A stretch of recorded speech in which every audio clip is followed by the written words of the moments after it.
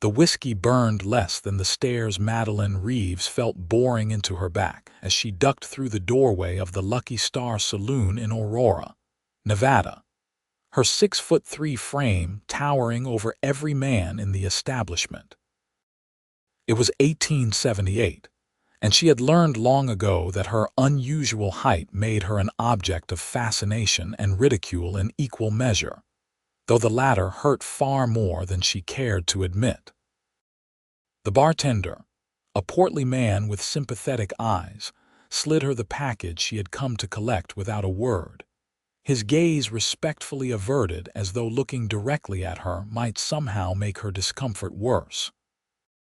Madeline had arrived in Aurora 3 weeks prior, fleeing the stifling atmosphere of Sacramento, where her mother had spent the better part of a year trying to marry her off to any man who might overlook her towering stature for the sake of her father's modest fortune. The mining town straddled the border between Nevada and California, though most folks considered it Nevada territory, and it suited her purposes well enough. Here, she could work as a seamstress without constant maternal interference, and the rough-hewn nature of frontier life meant people were generally too occupied with survival to spend all their time gossiping about the abnormally tall woman who had rented the small house on the eastern edge of town. Still, she could not escape the whispers entirely. As she stepped back onto the dusty main street, clutching the package of thread and fabric samples to her chest, she heard the familiar snickers from a group of miners loitering outside the assay office. One of them, emboldened by liquor despite the early afternoon hour, called out something crude about needing a ladder. Madeline kept her eyes fixed straight ahead, her spine rigid with practiced dignity, and quickened her pace toward home. The late October sun beat down mercilessly despite the approaching winter, and dust devils danced across the rutted street. Aurora had boomed in the early 1860s when silver was discovered in the surrounding hills, but by now much of the easy ore had been extracted, and the town had settled into a more sedate existence. Still, enough miners, prospectors, and businessmen remained to give the place a rough vitality that Madeline found oddly comforting. No one here knew about her failed courtships back in California, about the young man who had seemed genuinely interested until he stood beside her at a church social, and realized she was half a head taller, about the humiliation of watching his face transform from admiration to horrified embarrassment. She was so lost in these unpleasant memories that she nearly collided with a horse tied outside the general store. The animal whinnied and sidestepped, and a deep voice called out, "Easy there, Jupiter. Easy now." Madeline looked up, an apology forming on her lips, and found herself meeting the gaze of a man who was, remarkably, looking down at her. He stood at least 6'6", with broad shoulders that suggested considerable strength and a weathered face that spoke of long years under the desert sun. He wore the practical clothing of a working cowboy, dusty leather chaps over worn denim, a faded red shirt, and a hat that had seen better days. But it was his eyes that arrested her attention, warm brown eyes that held no mockery, no uncomfortable avoidance, just straightforward interest. "My apologies, madam," he said, tipping his hat with a courtesy that seemed genuine rather than perfunctory. "Jupiter gets skittish around strangers sometimes." "The fault was mine," Madeline replied, surprised to find her voice steady. "I was not watching where I was going." The cowboy stepped down from the general store's wooden sidewalk, and even standing in the dusty street, he remained taller than her. Madeline felt a strange flutter in her chest, an unfamiliar sensation that took her a moment to identify as hope. He was studying her face with an expression she could not quite read, and for once she did not feel the need to hunch her shoulders or angle her head downward in a futile attempt to appear smaller. "You are Madeline Reeves, the seamstress," he said. "Not a question, but a statement of fact. I have heard mention of you. My name is William Nash. I run cattle on a ranch about 10 miles north of town." She nodded, not trusting herself to speak. Men did not typically introduce themselves to her with such straightforward friendliness. She waited for the moment his expression would change, for the realization that she was too tall, too ungainly, too different to warrant his continued attention. But William Nash simply stood there, one hand resting lightly on Jupiter's neck, regarding her with what appeared to be genuine interest. Finally, he said, "I wonder if you might do some mending for me. I have several shirts that have seen rough use and I am hopeless with a needle myself. I would pay fair wages, naturally." "Of course," Madeline managed, her professional instincts overriding her personal confusion. "You can bring them to my house, the small blue one on the eastern edge of town, near the old Wingate property." "I know the place," William said. "I will bring them by tomorrow afternoon if that suits you." "Tomorrow afternoon will be fine." He tipped his hat again, and Madeline continued on her way, acutely aware of his gaze following her down the street. She refused to look back, though every fiber of her being wanted to turn and confirm what she thought she had seen in his expression. It was impossible, surely. Men did not look at her with that kind of warm approval. Men looked at her with pity or amusement or uncomfortable avoidance, but never with the straightforward admiration she could have sworn she had glimpsed in William Nash's brown eyes. That night, alone in her small house with only the wind for company, Madeline tried to put the encounter out of her mind. She had work to complete, a wedding dress for the banker's daughter that required meticulous attention to detail.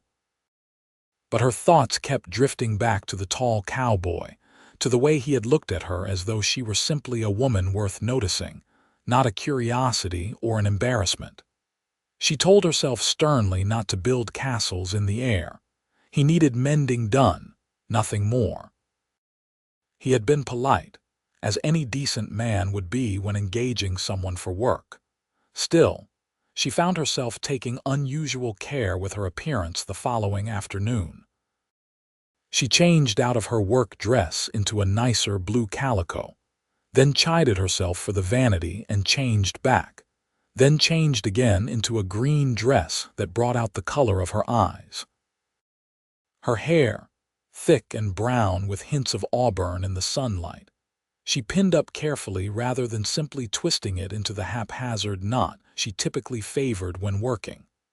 William Nash arrived precisely when he said he would, riding Jupiter and carrying a bundle wrapped in brown paper.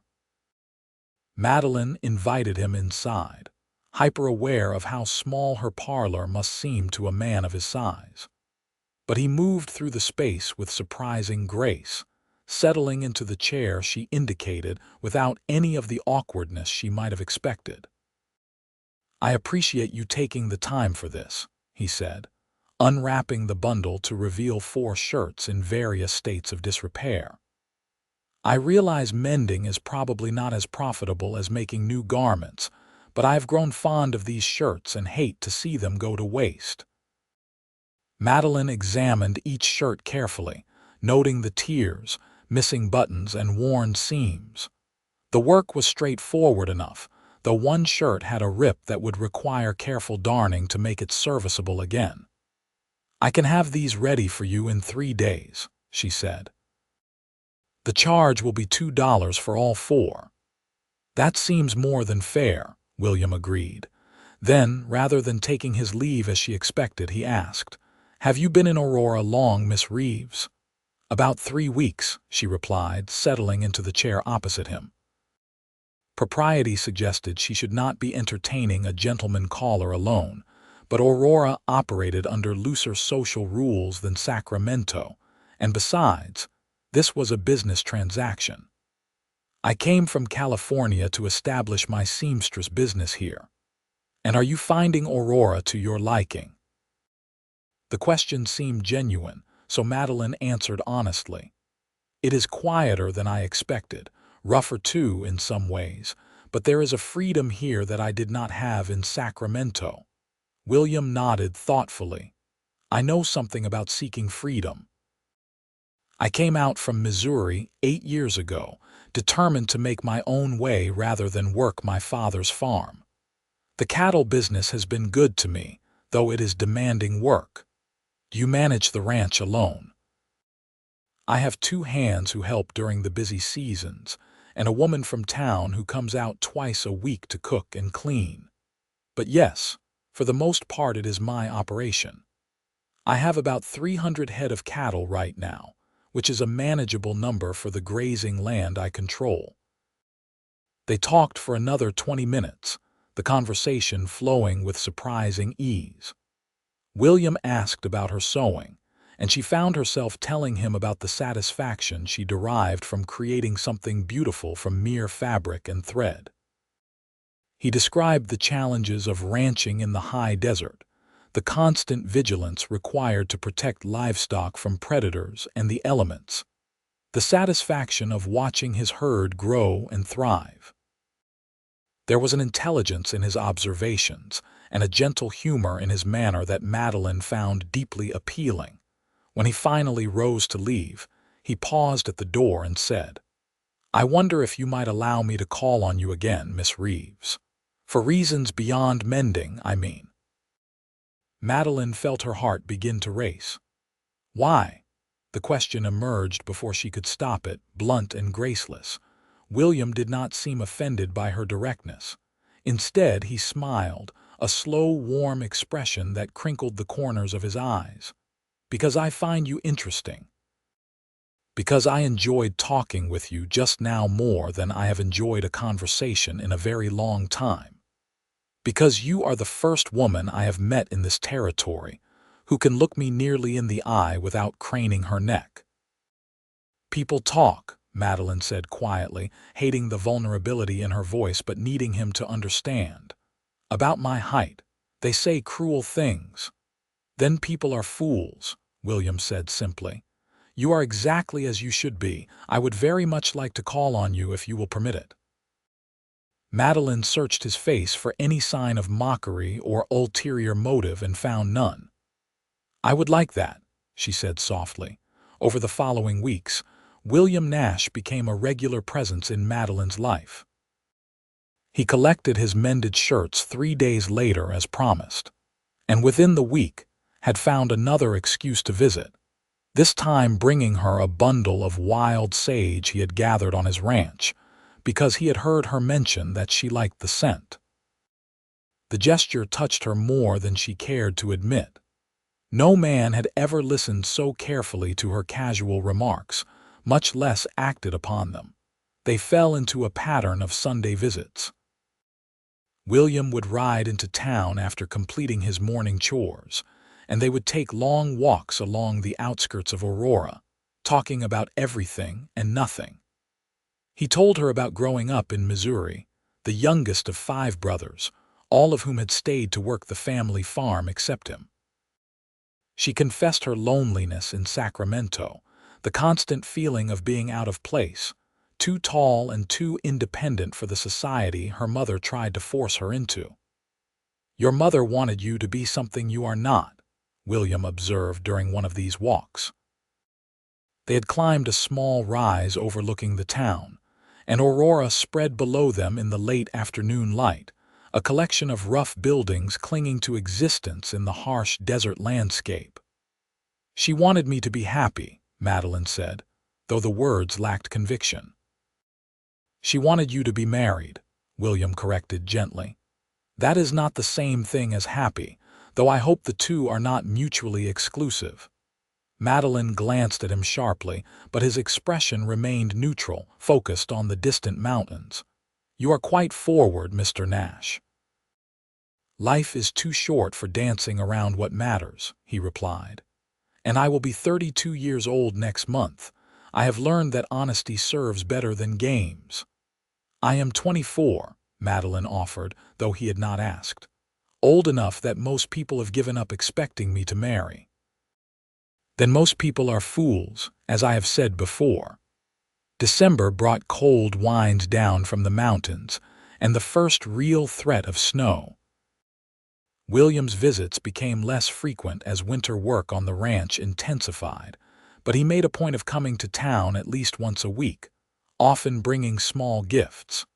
A book of poetry he thought she might enjoy, a length of blue ribbon he had spotted in the general store that matched her eyes. Once, memorably, a kitten he had found abandoned near his barn, half-starved and shivering. Madeline named the kitten Dust, for his gray coat, and found herself grateful for the companionship on long winter evenings. But she missed William with an intensity that surprised her. She had never been prone to romantic flights of fancy, had taught herself long ago not to hope for things that seemed impossible. Yet here she was, watching the road from her front window like a lovesick girl, her heart leaping each time she spotted a tall figure on horseback approaching. Christmas approached, and Aurora made modest preparations for celebration. Madeline had been commissioned to make a new dress for the school teacher's holiday party, and she threw herself into the work, grateful for the distraction. But her thoughts kept drifting to William, wondering if he would invite her to attend the church social on Christmas Eve, hoping he would, yet half afraid he would not. The invitation came a week before Christmas. William arrived at her door on a bitterly cold afternoon, his breath frosting in the air, and asked if she would accompany him to the social. "I know people will talk," he said bluntly. "They always do in small towns. But I would be honored to have you on my arm if you are willing to brave the gossip." "I have survived gossip before," Madeline said, trying to keep her voice steady. "I would be happy to accompany you." His smile was worth any amount of whispered commentary. The church social was held in Aurora's small white chapel, decorated with pine boughs and candles that filled the space with warm light and the scent of evergreen. Madeline wore her best dress, a deep green velvet she had made for herself as a rare indulgence, and took William's offered arm with a mixture of pride and trepidation.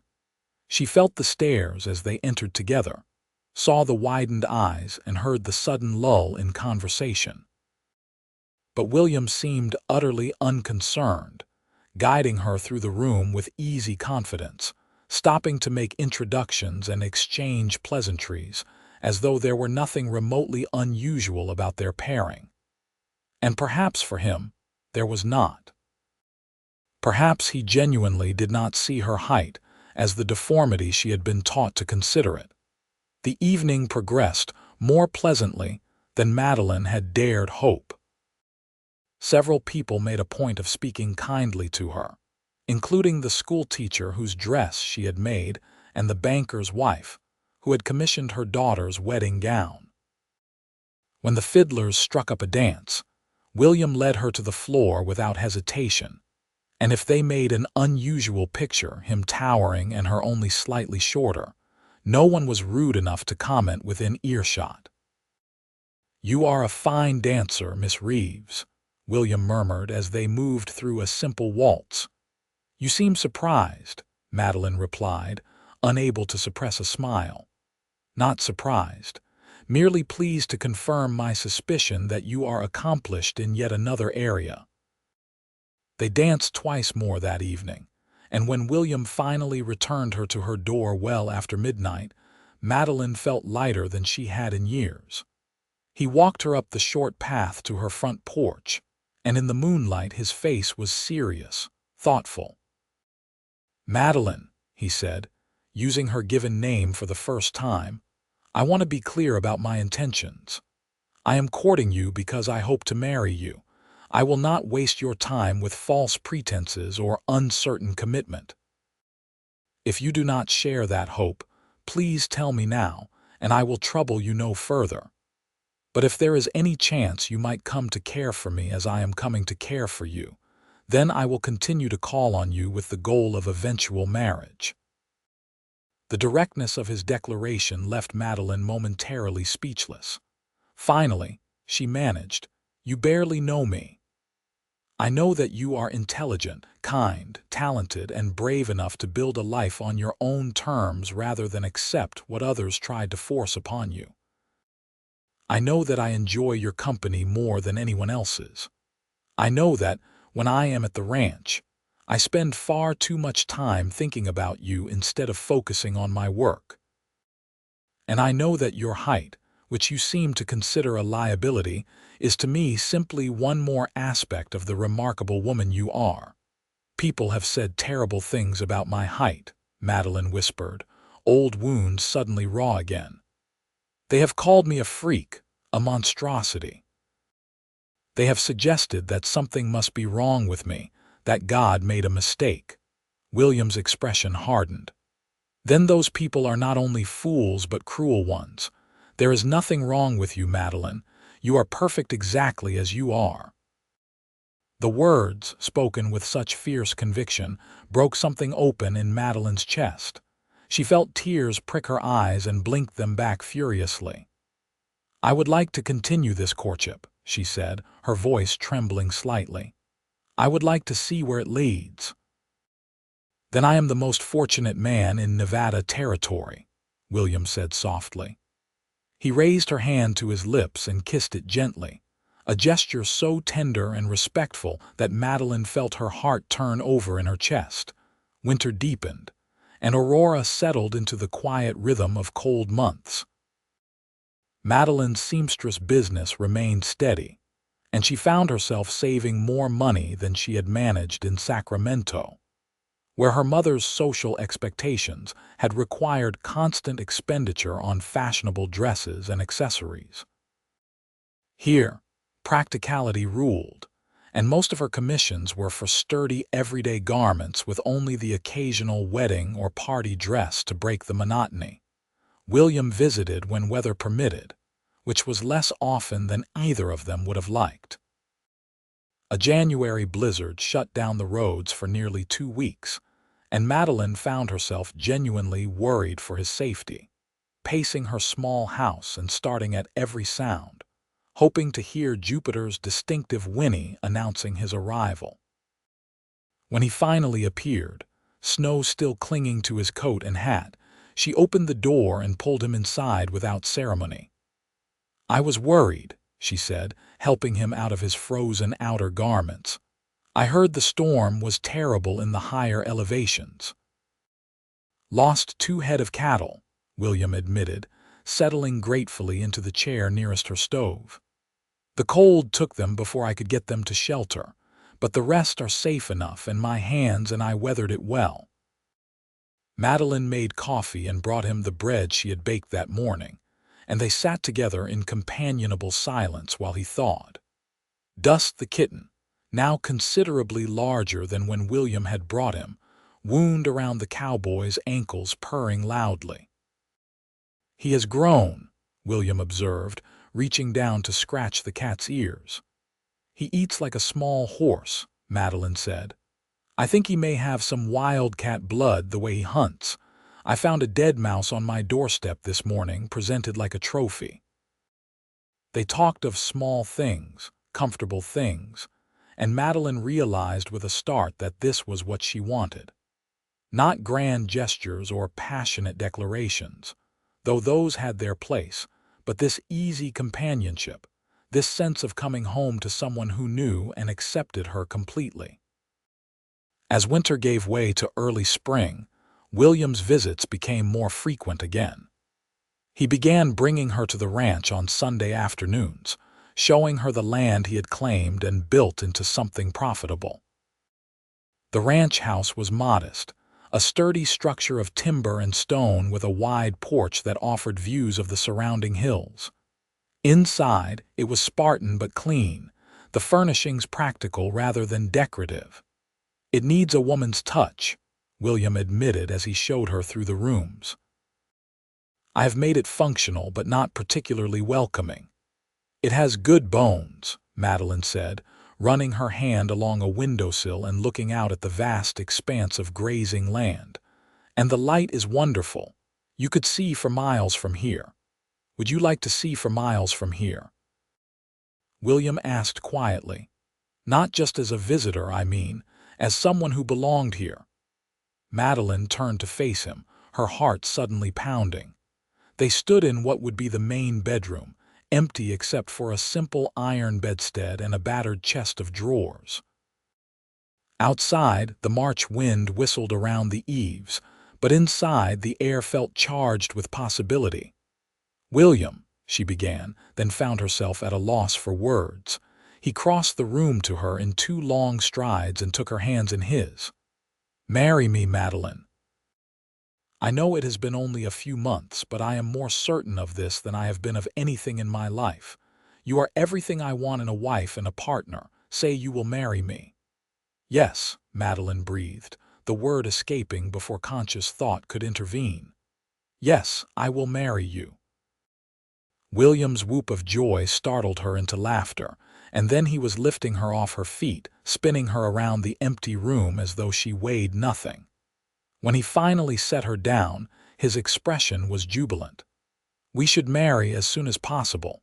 I do not want to wait."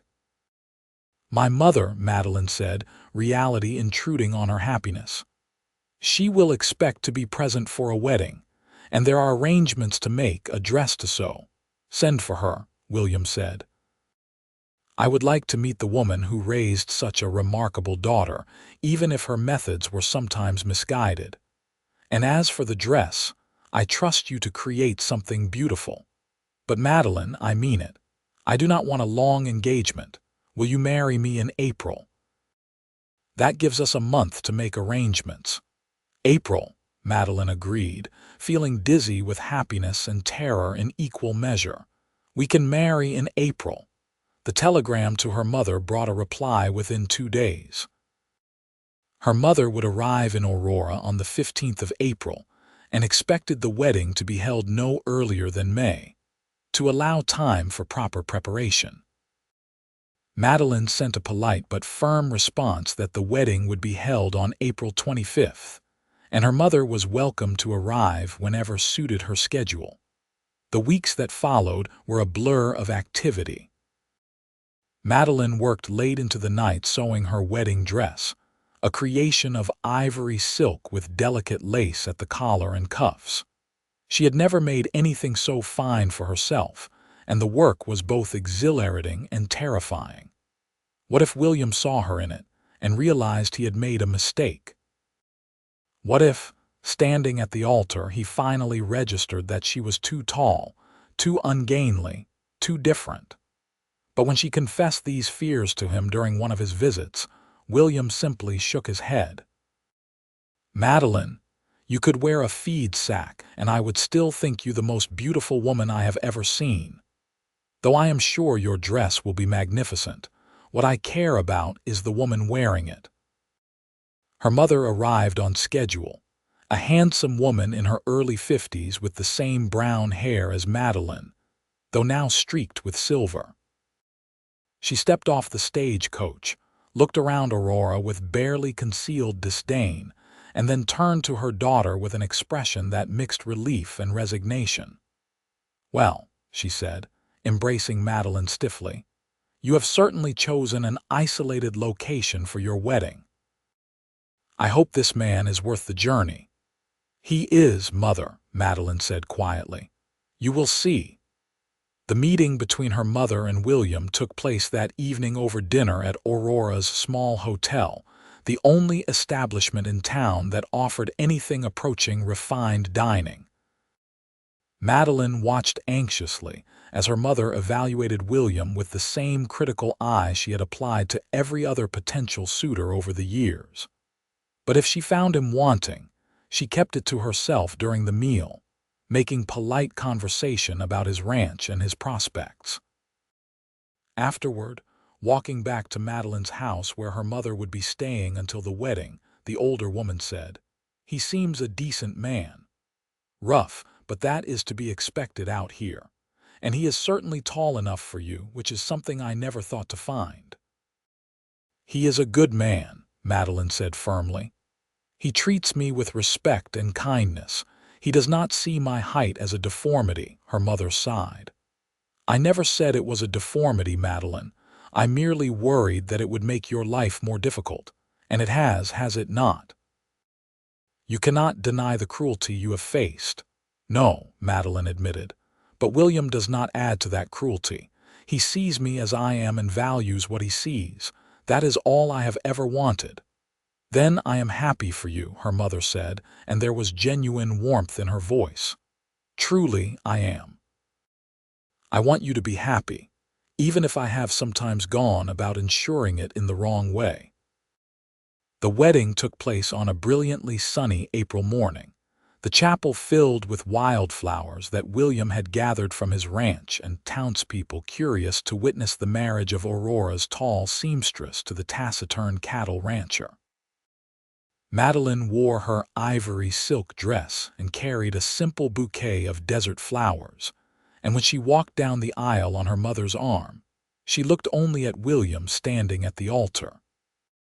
He wore a new black suit, clearly purchased specially for the occasion, and his expression when he saw her was one of such open admiration that Madeline felt heat rise in her cheeks. The ceremony was simple, the words traditional, but when William took her hands and spoke his vows, his voice was steady and sure. I promise to honor you, protect you, and stand beside you for all the days of my life. I promise to see you as you are and love you for it. I promise to build a life with you that brings us both joy. Madeline's own vows were equally heartfelt. I promise to be your partner in all things, to support your dreams as you support mine, to love you without reservation or doubt. I promise to make our house a home, and our life together an adventure.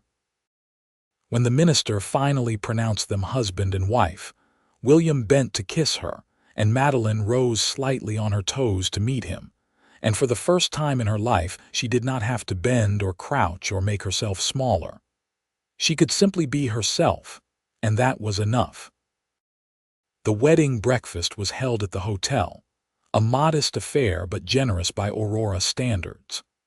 Madeline's mother made a toast that brought tears to more than one eye, speaking of her daughter's strength and independence, and expressing her gratitude that Madeline had found a partner worthy of her. William's ranch hands attended, clearly uncomfortable in their Sunday clothes but pleased for their employer, and several of the townspeople who had commissioned work from Madeline made a point of offering their congratulations and best wishes. By early afternoon, William and Madeline were riding out to the ranch in a small wagon loaded with her possessions. Her mother would stay in town for another week before returning to California, but for now, Madeline was focused entirely on the man beside her and the new life they were beginning together. The ranch looked different to her now, not just as a place she was visiting but as her home. William carried her over the threshold with ease, setting her down gently in the main room. "Welcome home, Mrs. Nash," he said softly.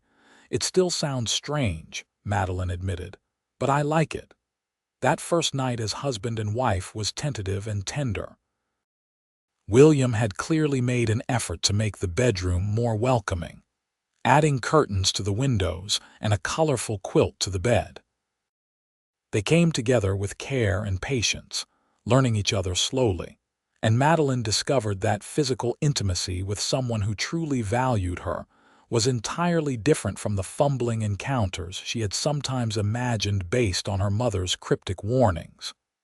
"Are you happy?" William asked later as they lay tangled together in the darkness. "Happier than I have ever been," Madeline replied honestly.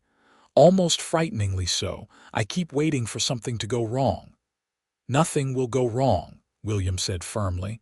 "I will not allow it. You are mine now, and I am yours, and that is all that matters." The reality of ranch life soon settled in, and Madeline discovered that being a rancher's wife involved considerably more work than she had anticipated. The woman who had been coming to cook and clean had returned to her family in California, and Madeline found herself responsible for managing the household in addition to maintaining her seamstress business. She rose before dawn to prepare breakfast for William and his 2 ranch hands, spent her mornings working on sewing commissions, and dedicated her afternoons to the endless tasks of cooking, cleaning, and maintaining the ranch house. It was exhausting but oddly satisfying. William appreciated her efforts openly, praising her cooking even when she burned the biscuits, and thanking her for the way she was transforming the Spartan ranch house into a real home. She sewed curtains for every window, made cushions for the hard wooden chairs, and even convinced William to let her order wallpaper from San Francisco for the main room. By summer, the ranch house had taken on a welcoming warmth that made even the ranch hands linger at the dinner table, enjoying Madeline's cooking and the comfortable atmosphere she had created. And in the evenings after the work was done, Madeline and William would sit together on the porch, watching the sun set over the mountains and talking about their days. "I have been thinking," William said one evening in early June, "that we should expand the herd. I have been conservative in my approach, but with cattle prices strong, this might be the time to take some calculated risks." "What kind of risks?" Madeline asked, enjoying the way he consulted her on business matters as though her opinion held weight.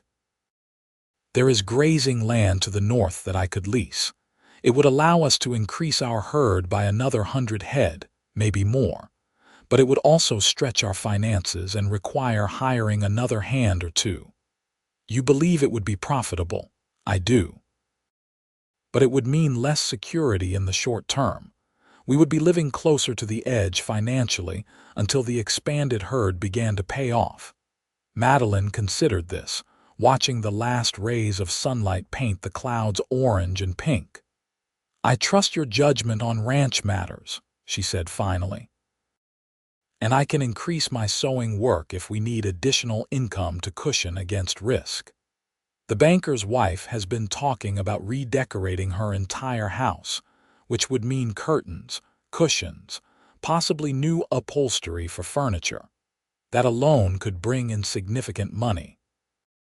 William reached over and took her hand. "Have I mentioned lately that you are the perfect partner?" "Not today," Madeline said, smiling. "Though you implied it this morning when I brought you coffee in bed. You are perfect for me," William said seriously, "in every way that matters. I want you to know that." The expansion plan moved forward, and by July, William had secured the lease on the northern grazing land and hired 2 additional hands. The ranch hummed with activity, and Madeline found herself busier than ever, not just with household tasks, but also with the significant commission from the banker's wife, and several other projects that had come her way through word of mouth. On a sweltering afternoon in late August, as she was cutting fabric for a new set of parlor curtains, Madeline felt a wave of dizziness wash over her. She sat down abruptly, the scissors falling from her hand, and pressed a palm to her forehead. The sensation passed after a moment, but it left her shaken. The dizziness returned the next morning, accompanied by nausea that had her rushing outside to be sick behind the house. William found her there, pale and trembling, and immediately wanted to ride for the doctor. "I am fine," Madeline insisted. "It is just the heat, or perhaps something I ate." But when the sickness continued for 3 more days, she began to suspect another cause entirely.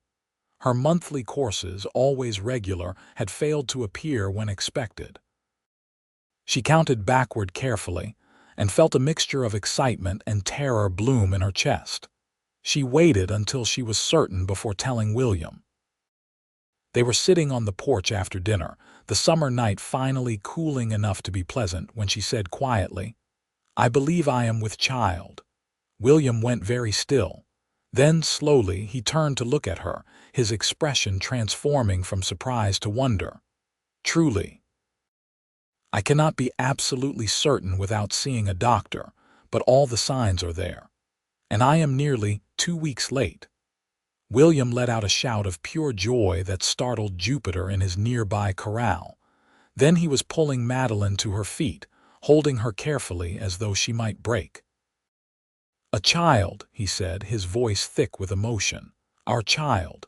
Madeline, this is wonderful news." "I am glad you think so," Madeline said, laughing and crying at once. "I was not sure how you would react. How could I be anything but overjoyed? You have given me so much already, and now this. We should see the doctor tomorrow, to make sure you are healthy and everything is progressing as it should." The doctor, an elderly man who had practiced in Aurora since the town's founding, confirmed Madeline's suspicion and estimated that the baby would arrive in March. He pronounced her healthy and gave her the usual warnings about rest and proper nutrition, then sent them home with instructions to return in a month for another examination. As her pregnancy progressed, Madeline found herself subject to all the usual discomforts and indignities. The morning sickness eventually passed, but it was replaced by constant fatigue and an ever-expanding waistline that required her to let out all her dresses. William was attentive to the point of being overprotective, trying to prevent her from doing any heavy work and fretting when she insisted on continuing her sewing commissions. "The doctor said I should remain active," Madeline reminded him when he objected to her carrying a basket of laundry. "And we need the income from my sewing work, especially with the ranch expansion." "We would manage without it," William argued. "Your health and the baby's health are more important than any amount of money." "I am healthy," Madeline said firmly. "Pregnancy is not an illness, William. Women have been doing their normal work while expecting for all of human history." They reached a compromise. Madeline would continue her sewing work but would give up the heaviest household chores, and William hired a girl from town to come 3 days a week to help with cleaning and laundry. It was an expense they could ill afford with the ranch expansion underway, but William insisted, and Madeline was secretly grateful for the assistance as her pregnancy advanced. By December, she was large and ungainly, her belly swelling to proportions that made her previous self-consciousness about her height seem laughable. But William continued to treat her as though she were the most beautiful woman in the territory, kissing her rounded stomach and talking to the baby through her skin.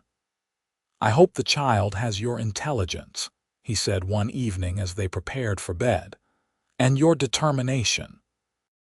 Those qualities will serve well in this life." "I hope the child has your kindness," Madeline replied, settling awkwardly into bed, "and your ability to see the best in people." Christmas came and went quietly, just the two of them exchanging modest gifts and enjoying a peaceful day together. William gave Madeline a beautiful shawl he had ordered from San Francisco, soft blue wool that wrapped around her shoulders like a cloud. She gave him a new shirt she had made, cut to fit his tall frame perfectly, with careful stitching that would hold up to hard ranch work. January and February crawled by, each day seeming longer than the last. Madeline felt enormous, her back aching constantly, her sleep disturbed by the baby's movements and her own discomfort. She had given up on any pretense of continuing her sewing work, unable to sit comfortably for long periods, and spent most of her time reading, knitting small garments for the baby, and trying not to think about the ordeal of childbirth that awaited her. William's worry increased proportionally to her discomfort. He consulted the doctor repeatedly, asking about warning signs and what to do if the baby came early.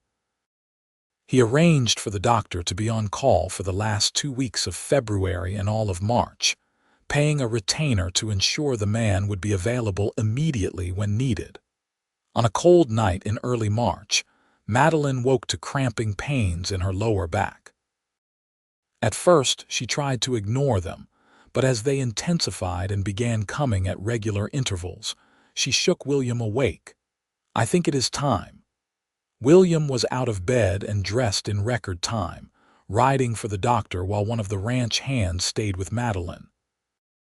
The labor was long and difficult, lasting through the night and into the following afternoon. The doctor remained calm and encouraging throughout, but Madeline could see the concern in his eyes when the hours stretched on without significant progress. Finally, as the sun was setting on the second day, the baby arrived, a lusty cry announcing his entrance into the world. "A boy," the doctor said, placing the squalling infant in Madeline's arms. "A big, healthy boy." Madeline looked down at her son, tears streaming down her face, and felt a love so fierce it took her breath away. He was perfect, red-faced and wrinkled, with a surprising amount of dark hair and tiny fists that waved in the air. William, who had been pacing anxiously in the next room, rushed in at the sound of the baby's cry. "Madeline, are you all right? Is the baby—" "We are both fine," Madeline said, her voice hoarse from hours of laboring. "Come meet your son." William approached the bed reverently, his eyes fixed on the small bundle in Madeline's arms. When he finally looked at his son's face, his expression transformed into one of pure wonder. "He is beautiful," he whispered. "He is perfect." "What should we name him?" Madeline asked. They had discussed names throughout the pregnancy but had never quite settled on one they both loved. Now, looking at their son, William said, "What about Matthew? Matthew Nash. It was my grandfather's name and he was a good man." "Matthew," Madeline repeated, testing the name. "Yes, I like it." "Hello, Matthew." The baby's first weeks were exhausting and wonderful in equal measure. Madeline had read about the demands of caring for a newborn, but nothing had quite prepared her for the reality of being awakened every 2 hours for feeding, of the constant worry that something might be wrong, of the overwhelming responsibility of keeping this tiny human alive and thriving. But there were also moments of transcendent joy. The first time Matthew smiled, a real smile rather than just gas. The way he would calm instantly when William picked him up and spoke to him in a low, rumbling voice. The peaceful weight of him sleeping on her chest while she sat in the rocking chair William had made specifically for nursing.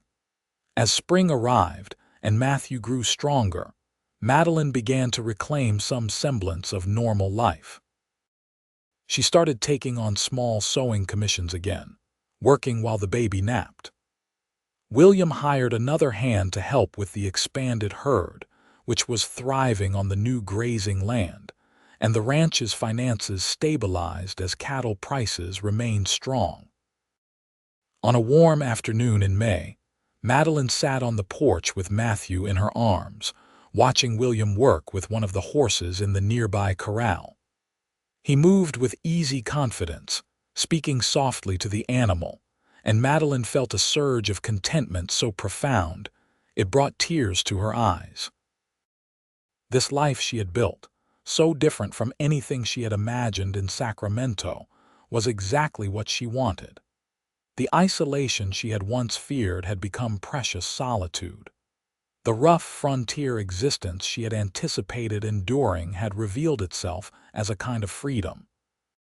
And the man she had married, who had seen past her unusual height to the person she was inside, had given her the greatest gift of all, acceptance. As if sensing her thoughts, William glanced over and caught her watching him. He smiled, that slow, warm expression she had come to love, and mouthed the words, "I love you," across the distance. Madeline smiled back, happiness blooming in her chest, and whispered the same words to the baby sleeping peacefully in her arms. The years that followed brought their share of challenges and triumphs. The ranch continued to prosper, allowing William to purchase the grazing land he had been leasing and acquire additional acreage. Madeline's seamstress business grew to the point where she was turning down commissions, unable to keep up with demand while also managing the household and caring for Matthew. When Matthew was 2 years old, Madeline became pregnant again. This pregnancy was easier than the first, without the constant nausea and exhaustion that had plagued her early months with Matthew. She continued her normal activities well into her 7th month, much to William's consternation.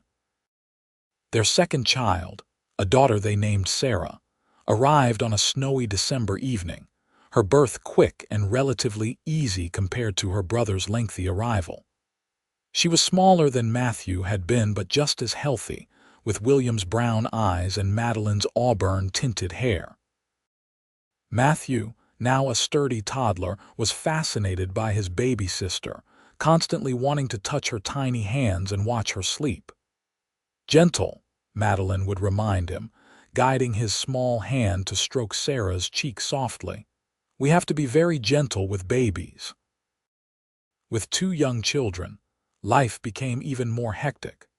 Madeline gave up her sewing business almost entirely, taking on only the occasional special project for her closest clients. The ranch demanded constant attention, and William worked long hours to keep everything running smoothly. But they carved out time for each other and their growing family, Sunday dinners that stretched into the afternoon and evening walks with the children, Matthew riding on William's shoulders and Madeline carrying Sarah. One evening, when Matthew was 4 and Sarah was 2, Madeline found herself sitting on the porch alone while William put the children to bed. It was a rare moment of solitude, and she used it to reflect on how profoundly her life had changed in the 6 years since she had arrived in Aurora. She thought about the woman she had been then, uncertain and defensive, convinced that her height made her unworthy of love. She thought about William's certainty, his insistence that she was perfect exactly as she was. And she thought about how he had proven that truth to her not just with words but with actions, day after day, year after year. William emerged from the house and settled into the rocking chair beside her. "They are both asleep, finally." "Sarah fought it, but Matthew was exhausted from helping me mend the fence today." "He worships you," Madeline observed. "He wants to do everything you do. He is a good boy. They both are. We are blessed, Madeline. We are," she agreed. Then, choosing her words carefully, she said, "I have been thinking about my mother. She has never met Sarah, and Matthew barely remembers her visit when he was a baby. I was thinking perhaps we could invite her to come stay with us for a few weeks, if you would not mind." William considered this. Madeline's mother had visited only once since their wedding, a brief trip when Matthew was 6 months old. The relationship between mother and daughter had remained cordial but somewhat strained, marked by old hurts and misunderstandings that neither seemed quite able to overcome. "I think that is a fine idea," William said finally. "She is your mother, and she deserves to know her grandchildren. Besides, I have always felt we got off on the wrong foot. Perhaps a longer visit would allow us to know each other better." The letter inviting her mother arrived in Sacramento in early February, and the reply came within 2 weeks. Her mother would arrive in April and planned to stay for a month, if that was acceptable. Madeline felt a mixture of anticipation and anxiety about the visit, hoping that enough time had passed for old wounds to heal. Her mother arrived on a warm April day, stepping down from the stagecoach looking older and more frail than Madeline remembered. But her eyes lit up when she saw Matthew and Sarah, and she embraced Madeline with genuine warmth. The visit unfolded better than Madeline had dared hope. Her mother was enchanted with the children, spending hours playing with them and telling them stories about Madeline's childhood. She praised Madeline's management of the ranch house and expressed admiration for William's success with the cattle operation. And one evening, sitting together on the porch after the children were asleep, she offered the apology Madeline had not known she needed.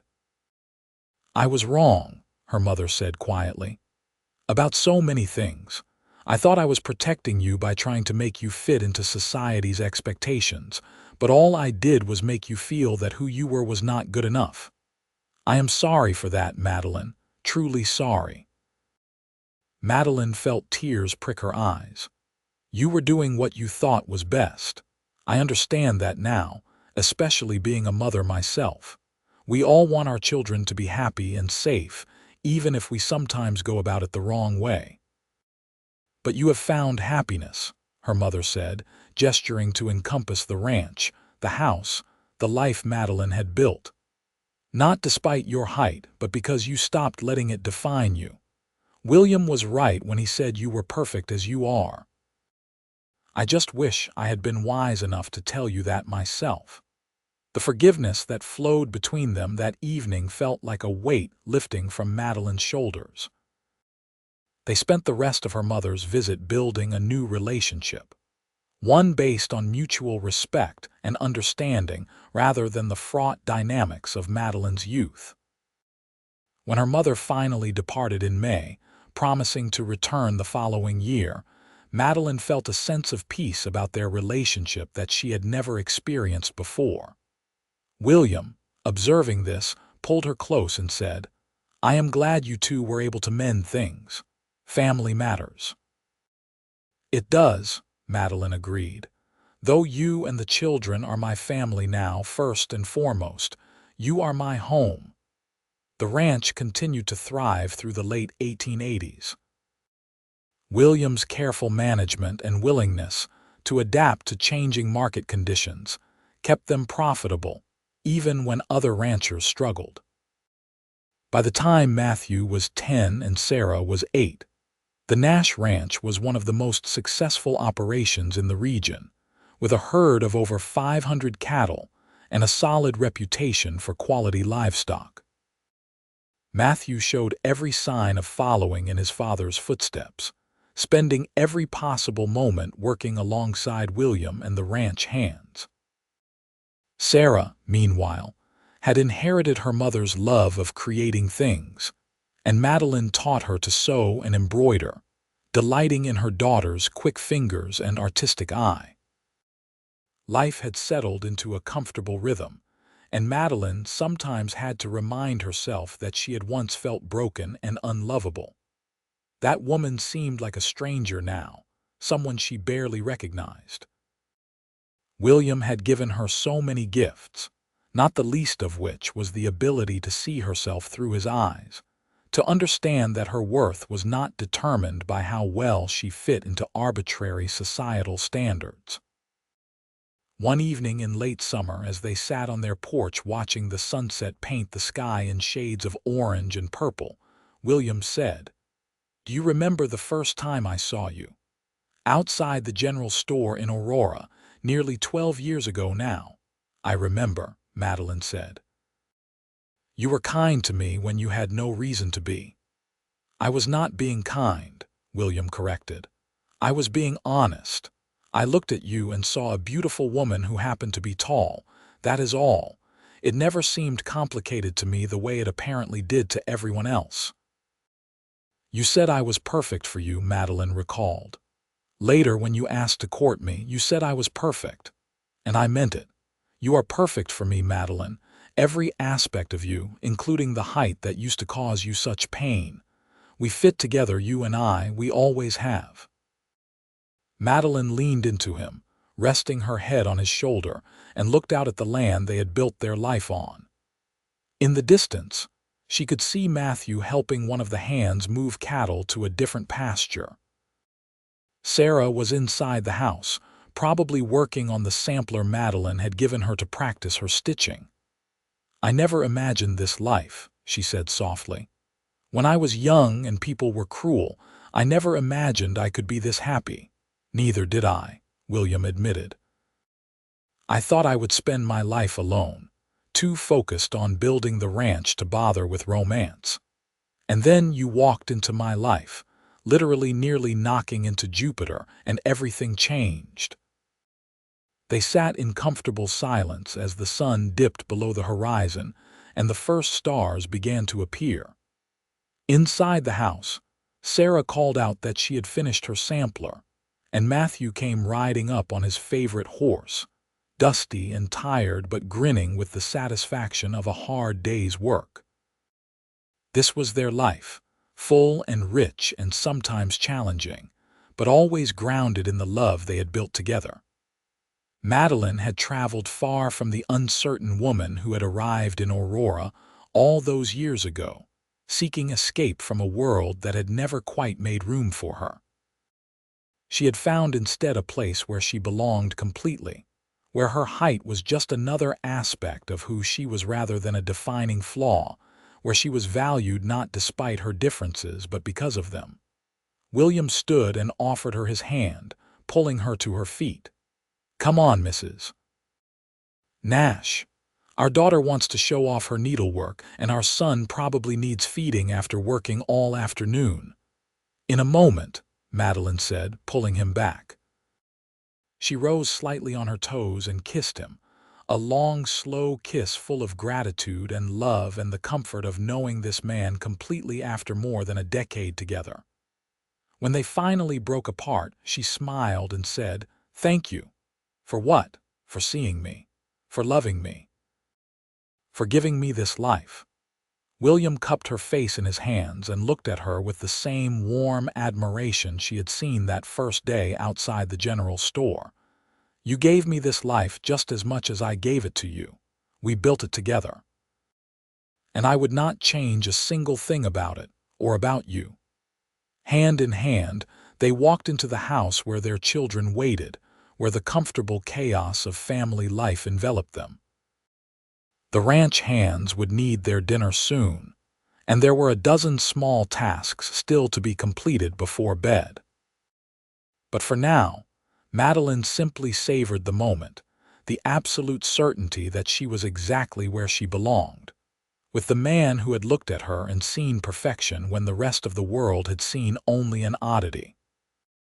The years continued to pass, marked by the rhythms of ranch life and the growth of their children. Matthew turned 18 in 1894, tall like both his parents, standing 6'4" and still growing. He had become an invaluable partner in running the ranch, his instincts with cattle nearly as sharp as William's. Sarah, at 16, was beginning to receive attention from young men in Aurora, much to William's consternation and Madeline's amusement. "She is too young to be thinking about courtship," William grumbled one evening after a neighbor's son had spent an hour making awkward conversation with Sarah on their porch.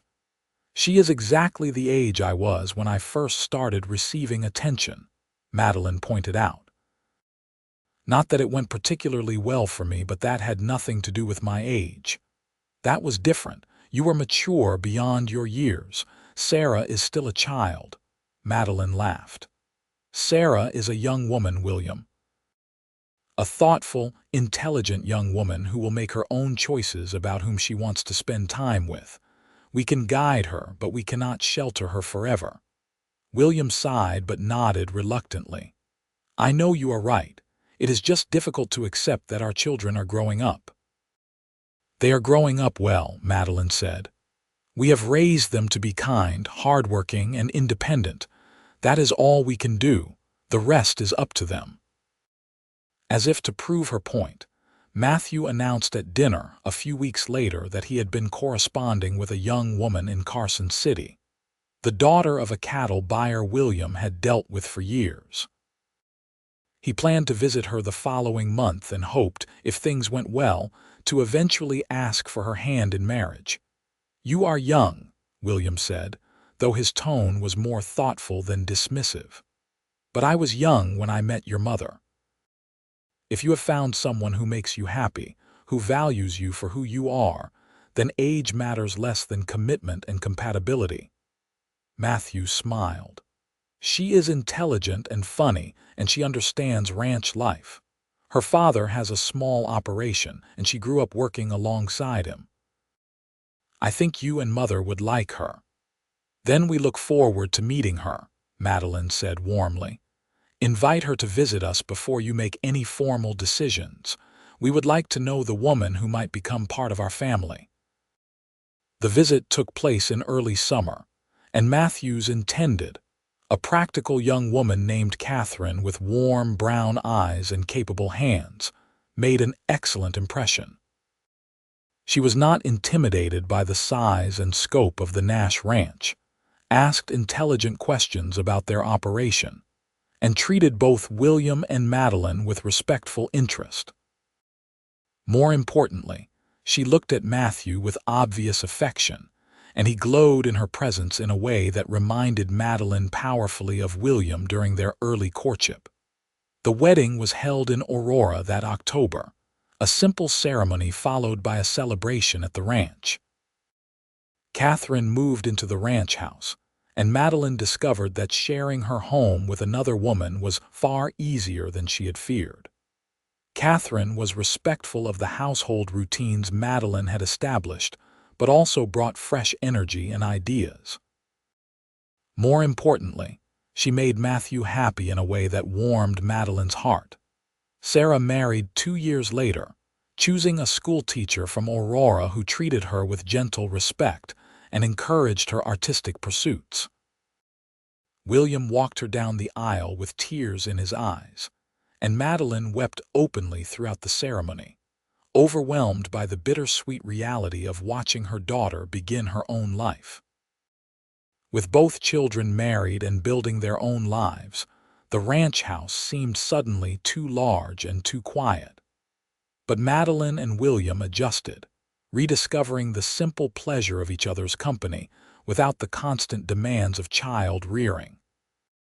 They took long rides together across the ranch, something they had rarely had time for when the children were young. They sat on the porch in the evenings and talked for hours, or sometimes simply sat in comfortable silence, content to be together. In the spring of 1898, Madeline received word that her mother had passed away peacefully in her sleep. She traveled to Sacramento for the funeral, accompanied by William, and found herself surprised by the depth of her grief. They had repaired their relationship in her mother's final years, exchanging regular letters and enjoying several more visits. But Madeline had not quite realized how much comfort she drew from knowing her mother was still in the world, even at a distance. "She died knowing you were happy," William said as they stood at her mother's grave. "She died proud of the woman you became and the life you built. That is more than many parents can claim." Madeline nodded, unable to speak past the lump in her throat.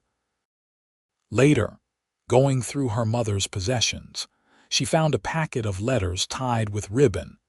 Every letter Madeline had ever sent to her carefully preserved and organized by date. Tucked among them was a note in her mother's handwriting. "My dearest Madeline," proved that a mother's fears are sometimes just that, fears, not prophecy. "She found happiness on her own terms, and I could not be prouder." The new century arrived, bringing with it changes both large and small. The Wild West of Madeline's youth was slowly giving way to a more settled, civilized existence. Aurora itself had declined significantly from its silver boom days, the population dwindling as mines played out and people moved on to newer opportunities. But the Nash Ranch remained stable and profitable, adapted to the changing times through William's careful stewardship, and now Matthew's increasing involvement in management. Madeline celebrated her 50th birthday in 1904, surrounded by family. Matthew and Catherine had given them 3 grandchildren, 2 boys and a girl. Sarah and her husband had 2 daughters. The ranch house filled with the chaos of multiple generations, and Madeline found herself thinking how far she had traveled from the lonely, self-conscious woman who had arrived in Aurora 26 years earlier. "What are you thinking about?" William asked, finding her alone in the kitchen after everyone else had retired to bed. "Just how blessed I am," Madeline said. "How different my life might have been if you had not stopped me outside the general store that day." "I would have found some other excuse to meet you," William said, pulling her close. "I knew the moment I saw you that you were someone special, even though I was too tall, especially because you were tall enough to look me nearly in the eye," William corrected. You were perfect for me then, and you are perfect for me now. That has never changed." They stood together in the quiet kitchen, 50 years old and 62 respectively, their hands marked by work and their faces lined by time and weather. But the connection between them remained as strong as it had been in their youth, perhaps stronger for having been tested and proven through decades of shared life. William's health began to decline gradually after his 65th birthday. Nothing dramatic, just the slow accumulation of aches and pains and the inevitable wearing down of a body that had worked hard for more than 6 decades. He turned over more and more of the ranch's active management to Matthew, though he remained involved in major decisions and spent hours each day riding the property, inspecting fences and water sources and the condition of the herd. Madeline worried about him, about the way he moved more stiffly in the mornings, about the gray pallor that sometimes crept into his face after a long day. But when she expressed these concerns, he simply smiled and said, "I am getting old, Madeline. It happens to everyone. But I am not ready to sit in a rocking chair and watch life pass by quite yet." In the spring of 1909, William suffered what the doctor called a spell, a sudden weakness and confusion that lasted several hours before passing. The doctor warned that it might be a precursor to something more serious, recommended rest and reduction of physical activity. William followed these instructions for about a week before gradually returning to his normal routine, unable to bear the inactivity. "I would rather work until the end than waste away in bed," he told Madeline when she protested. "This ranch is my life's work. Let me tend to it as long as I am able." Madeline understood, even as she feared what might come. They had built this life together, and the ranch was more than just a business to William. It was the physical manifestation of everything he had worked for, everything he had achieved. Taking him away from it would be like cutting out a piece of his soul. They made the most of the time they had, riding together across the ranch land, visiting the spots that held special memories. The rise where William had first told her he loved her. The creek where they had picnicked with infant Matthew and toddler Sarah. The pasture where they had watched the first cattle they purchased together graze under a full moon. On a warm June evening, sitting on their porch as they had done thousands of times before, William said quietly, "I want you to know that this life with you has exceeded my wildest dreams. I never imagined I could be this content, this fulfilled. You gave me that, Madeline." "We gave it to each other," Madeline corrected, her throat tight with emotion. "I was lost before I met you, William. You helped me find myself. You were never lost. You just had not found the right place yet." The right person. He reached over and took her hand, his grip still strong despite his age. "Promise me something. Anything. If something happens to me, do not stop living. Stay involved with the ranch if you want to, or sell it and do something completely different. Travel if that appeals to you. Take up new hobbies. Just do not let my absence stop you from experiencing everything life has to offer." "William, promise me, Madeline. I need to know you will be all right." "I promise," she whispered, though the thought of life without him was almost unbearable. William passed away peacefully in his sleep 3 months later, on a cool September night. Madeline woke in the morning to find him still and cold beside her, his expression peaceful. She sat with him for a long time, holding his hand and crying, grieving not just for his loss but for the end of an era, the closing of a chapter that had defined her entire adult life. The funeral brought people from all over the territory, ranchers and businessmen and townspeople who had known William and respected his integrity and fair dealing. Matthew spoke eloquently about his father, about the lessons William had taught him, not just about ranching but about being a good man. Sarah read a poem that left few dry eyes in the church, And Madeline, standing at the grave of the man who had changed her life, spoke the simple truth that encompassed everything. He saw me when others looked away. He valued me when others dismissed me. He loved me when I thought myself unlovable. He was the best man I ever knew, and I will carry him in my heart until the day I die. The months after William's death were difficult. Madeline felt his absence acutely, missed the sound of his voice and the comfort of his presence. But she had promised him she would keep living, and she was determined to honor that promise. She stayed involved with the ranch, working closely with Matthew to ensure the smooth transition of management. She spent time with her grandchildren, delighting in their energy and innocence. And slowly, painfully, she learned to navigate life as a widow. One afternoon in early spring, nearly a year after William's death, Madeline found herself standing in Aurora's small cemetery, looking down at his grave.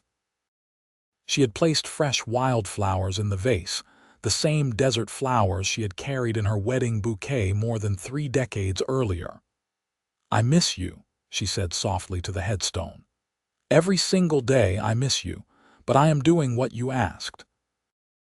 I am living, finding joy where I can, staying engaged with the ranch and our family. Matthew is doing wonderfully, by the way. You would be so proud of how he has stepped into leadership, and our grandchildren are growing so fast. Little William, Matthew's youngest, looks just like you did in the photographs from when you were a boy." She stood there a while longer, talking to him as though he could hear, finding comfort in the one-sided conversation. And then, because life continued to demand her attention and participation, she walked back to town, back to the small house she had rented when the ranch house became too full of memories. Madeline lived another 12 years, dying peacefully at the age of 69 in 1923. She remained active until nearly the end, consulting on ranch matters with Matthew, sewing for her grandchildren and great-grandchildren, and serving as a respected elder in Aurora's dwindling community. But those who knew her well said that a part of her had died with William, that she had simply been marking time until she could join him. On her deathbed, surrounded by her children and grandchildren, Madeline's last words were a whisper only Sarah, leaning close, could hear. "Tell your father I am coming home. Tell him I never stopped loving him. Tell him he was right, I was perfect for him, and he was perfect for me." They buried her beside William in Aurora's cemetery, under the wide Nevada sky they had both loved. The headstone was simple, bearing both their names and a single line Matthew had chosen. They fit together perfectly. And indeed they had. A tall woman who had been told she was too tall for any man, and a cowboy who had looked at her and seen only perfection.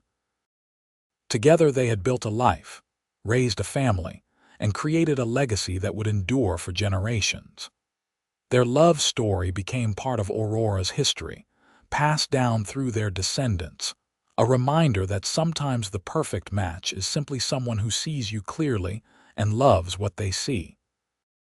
The ranch continued to operate under Matthew's stewardship, and eventually his children's, the Nash name remaining associated with quality cattle and honest dealing well into the 20th century.